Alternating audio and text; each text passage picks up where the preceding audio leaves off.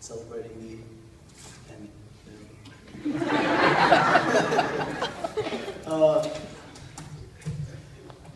next thing, I'd like to thank Ms. Talon and Ms. Patty for the awesome values and morals that they've instilled in me since I went to be with them in 8th grade.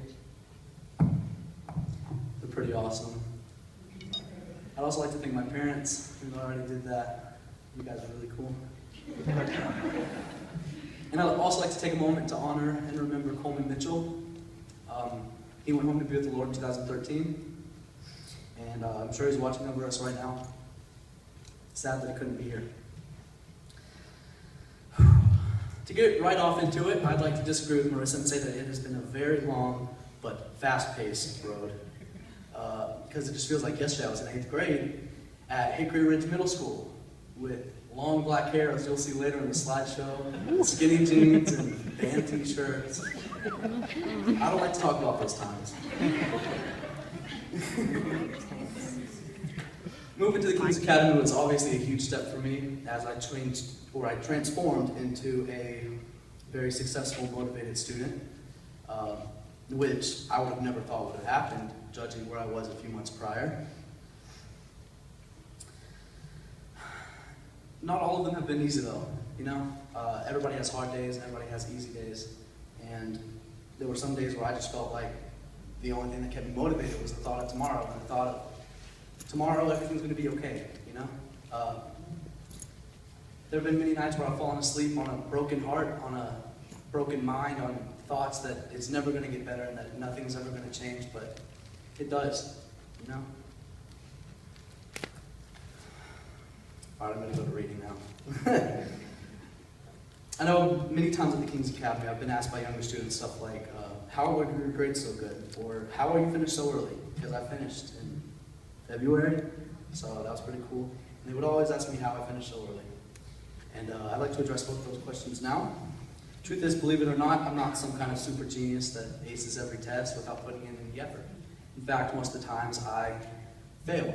I might not fail my tests, but I fail in my workbooks. I fail in my everyday life. I fail just every day in little stuff that nobody knows. But it's not through the good grades on the tests that champions and legends are made.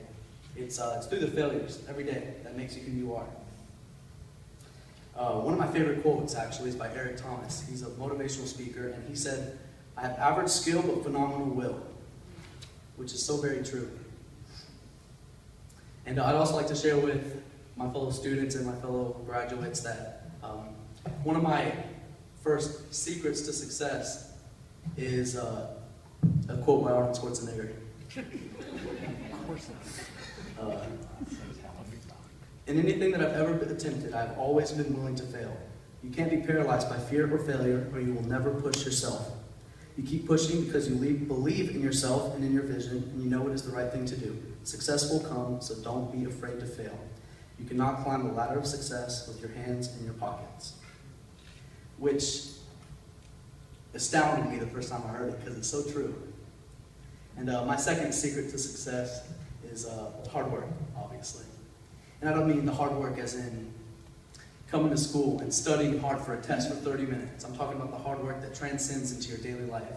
Going home and not taking any corners. If your mom tells you to do the dishes, wash them all off with a sponge and soap. If you're meant to clean your room, don't just pick the stuff off the floor. Just, clean it, vacuum it, everything you need to do. Hard work doesn't end at the end of the school day. My parents are looking at me saying, "What a hypocrite."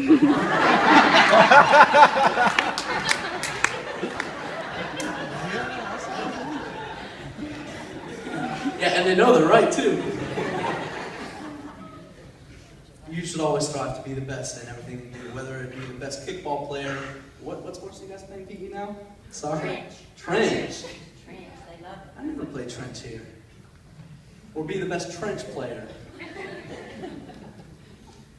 I was told early on in my life that the only thing that separates me from Michael Jordan or me from Tupac is their work ethic. They put in hours and hours and hours on end in the gym or in the studio, whatever they want to do, that they put in that work. They have no more skill in their area than I do. It's just their work ethic, and that should happen every day. You should always strive to have good work ethic every day. I'm gonna go back to the paper. Talent comes naturally, but skill only comes from hours and hours and hours of beating on your ground. Whether that be studying until 3 in the morning or waking up at 2 in the morning to go to the gym. People might say that they put in hard work, but they don't put in the hard work that counts. Some of you guys said you want to be successful, but you don't want it bad. You just kind of want it. You don't want it more than you want to go on break or go home. You definitely don't want it more than you want to go to sleep.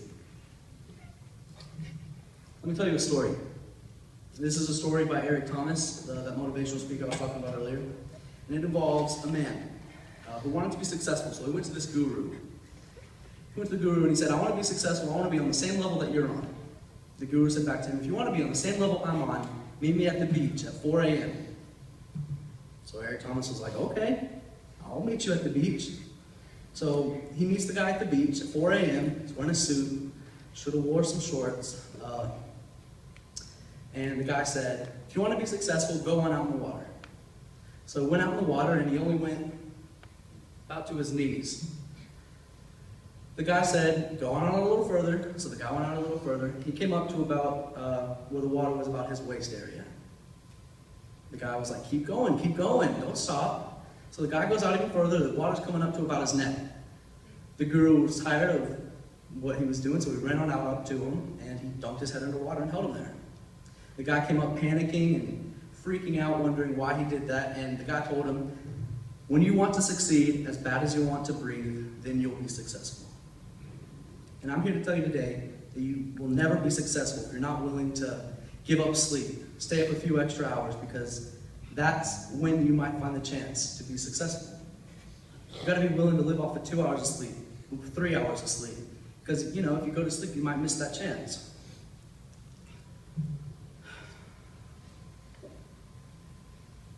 You have to want it so bad that some days you forget to eat.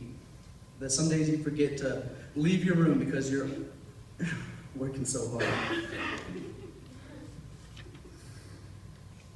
And when you get to that point, where you would rather be successful than breathe, than to sleep, then that's when you'll be successful. And my last words to the seniors, Aubrey and Marissa, is to never let the failures get you down. I know that you're in high school right now, so you don't have very many failures, but when life does come, you will be hit with failures. You'll be denied from some colleges. You'll be denied for job interviews. You'll be turned down by a boy. You'll be turned down by huge companies. You'll be turned down for loans on anything. And it's how you bounce back from that that really determines, who you are.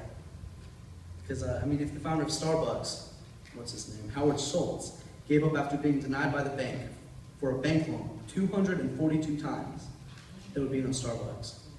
If J.K. Rowling gave up after being turned out by multiple publishers for years, there would be no Harry Potter. If Walt Disney quit too soon after his theme park concept was trashed 302 times, there would be no Disneyland theme park. One thing is for sure, if you give up too soon, you'll never know what God has in store for you. Keep going and don't ever let failure keep you from living your dreams. Thanks.